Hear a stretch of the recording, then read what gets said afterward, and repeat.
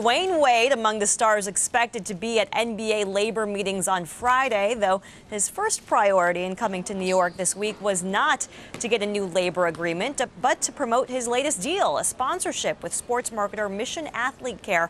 Now, new endorsements allow him to put off playing overseas for now, an option he tells me is still open and, pay the bills. My kids they still got to go to school. We still got to do things, and it's different for the owners. No stoppage of basketball doesn't stop anything that they're doing.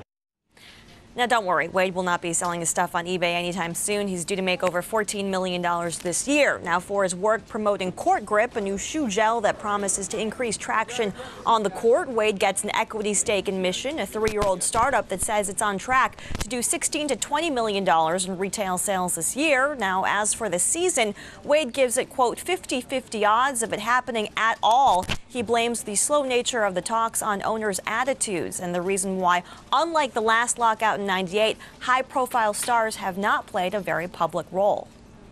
If they're not listening, if their backs is turned when we're talking, then what's the point? We're willing and we're in a position where if it takes a year lockout to get the right deal, then that's what we have to do.